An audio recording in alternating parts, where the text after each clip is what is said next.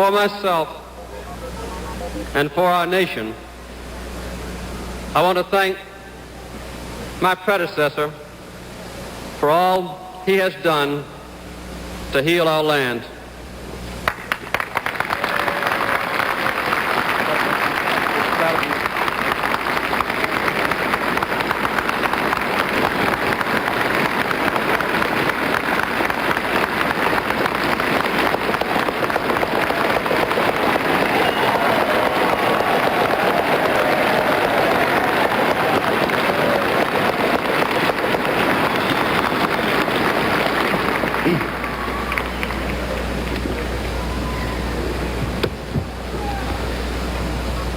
In this outward and physical ceremony, we attest once again to the inner and spiritual strength of our nation.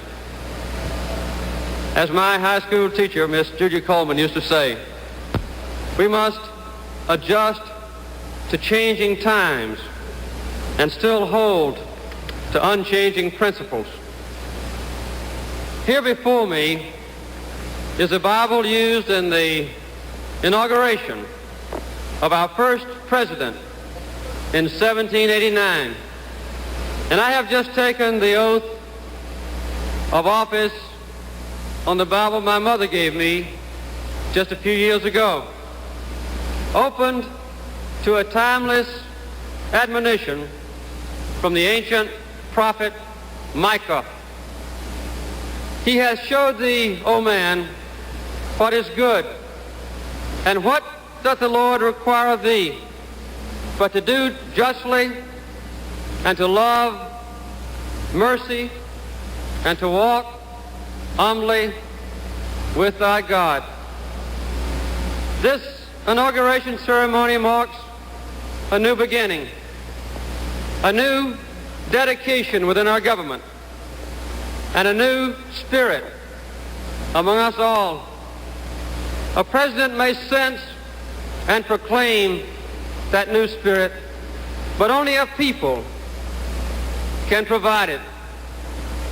2 centuries ago, our nation's birth was a milestone in the long quest for freedom.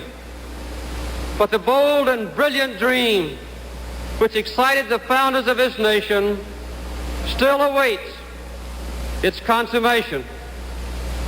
I have no new dream to set forth today, but rather urge a fresh faith in the old dream. Ours was the first society openly to define itself in terms of both spirituality and human liberty. It is that unique self-definition which has given us an exceptional appeal, but it also imposes on us a special obligation to take on those moral duties which, when assumed, seem invariably to be in our own best interest. You have given me a great responsibility to stay close to you, to be worthy of you, and to exemplify what you are. Let us create together a new national spirit of unity and trust. Your strength can compensate for my weakness, and your wisdom can help to minimize my mistakes. Let us learn together and laugh together and work together and pray together, confident that in the end we will triumph together in the right. The American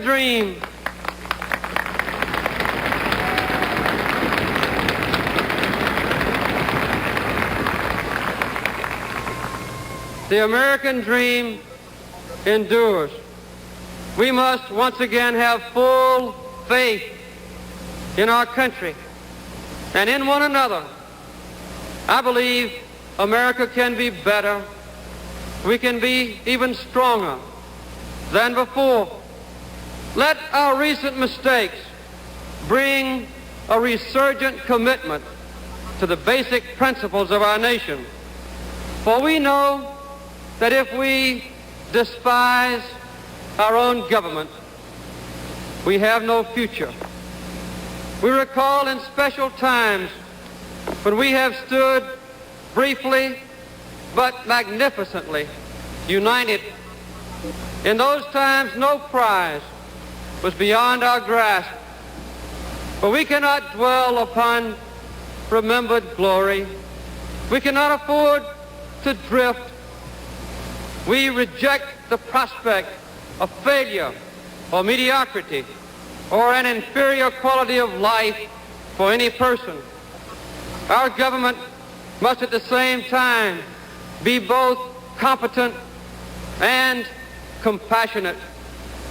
We have already found a high degree of personal liberty, and we are now struggling to enhance equality of opportunity.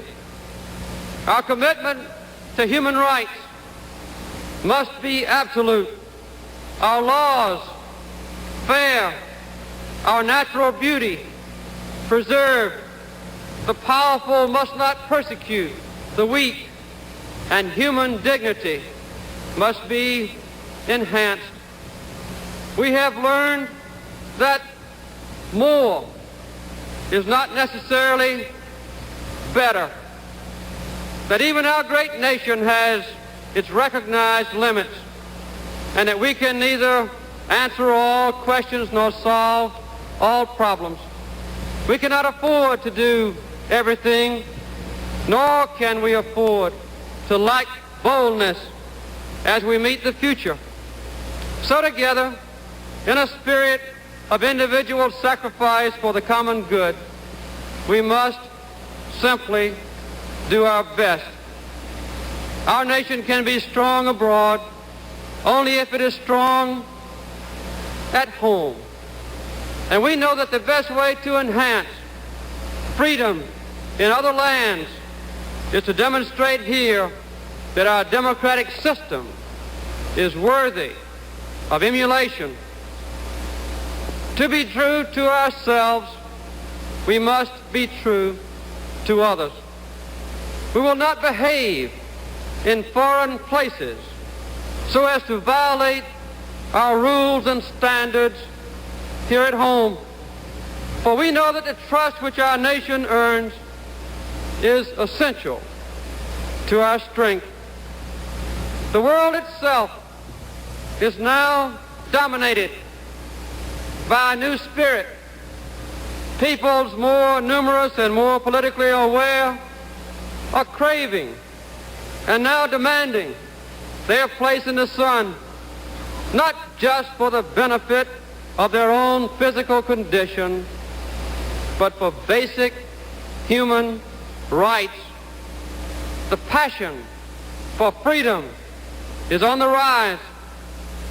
Tapping this new spirit, there can be no nobler nor more ambitious task for America to undertake on this day of a new beginning than to help shape a just and peaceful world that is truly humane. We are a strong nation, and we will maintain strength so sufficient that it need not be proven in combat. A quiet strength based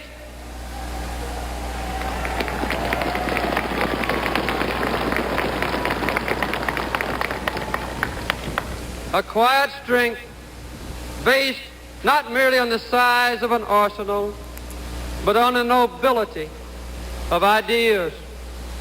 We will be ever vigilant and never vulnerable, and we will fight our wars against poverty, ignorance, and injustice.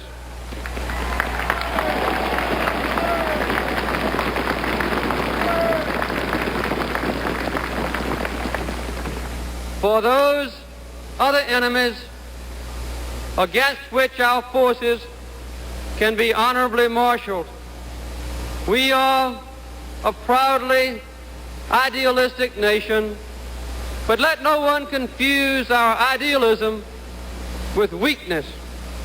Because we are free, we can never be indifferent to the fate of freedom elsewhere.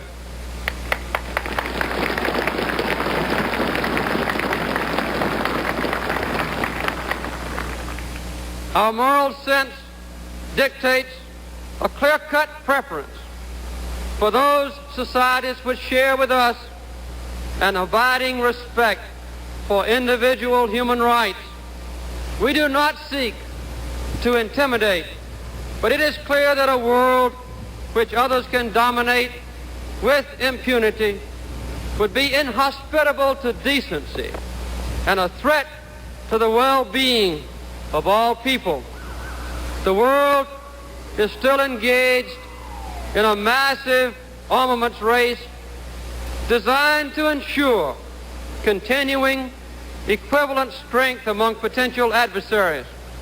We pledge perseverance and wisdom in our efforts to limit the world's armaments to those necessary for each nation's own domestic safety. And we will move this year a step toward our ultimate goal, the elimination of all nuclear weapons from this earth.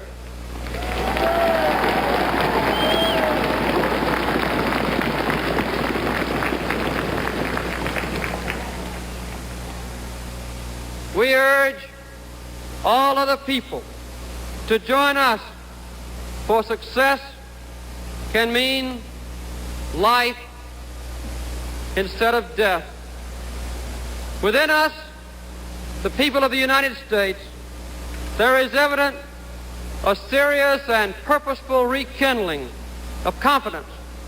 And I join in the hope that when my time as your president has ended, people might say this about our nation, that we had remembered the words of Micah and renewed our search for humility, mercy, and justice, that we had torn down the barriers that separated those of different race and region and religion, and where there had been mistrust, built unity with a respect for diversity, that we had found productive work for those able to perform it, that we had strengthened the American family, which is the basis of our society, that we had ensured respect for the law and equal treatment under the law for the weak and the powerful, for the rich and the poor, and that we had enabled our people to be proud of their own government once again. I would hope